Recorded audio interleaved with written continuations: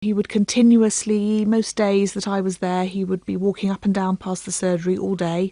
He would sit in his van in the car park opposite and watch it.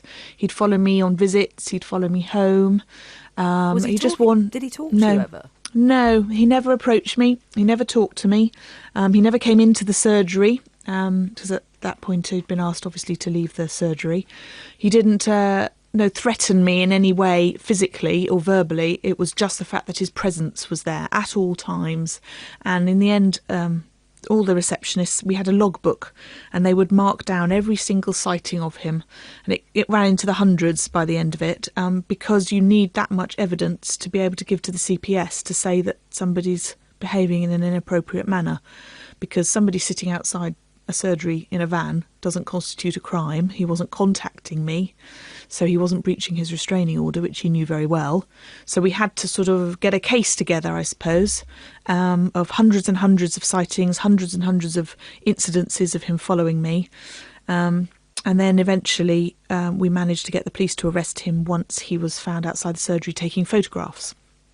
And they found on his computer lots of photographs of me, lots of Google searches. He'd been on a chat room finding out after somebody's disappeared how long does it take before they're assumed to be dead.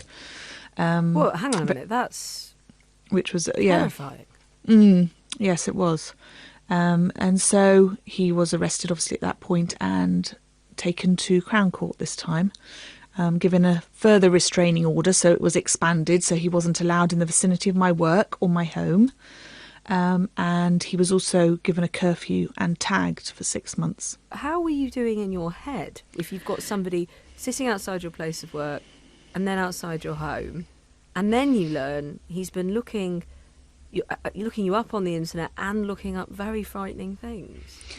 It puts you into a sort of a constant state of, like you're sitting on a knife edge. I was trying to carry on with my work. I was looking after my family, just trying to live normally. But every day I'd go into the surgery and they'd be looking at the CCTV to see what had happened, because there was a lot of vandalism to the surgery at that time. It makes you look over your shoulder all the time. And it got to a stage where I would drive past my house, go around the roundabout and come back in case I was being followed. I'd expect to be seeing him waiting for me on the way home.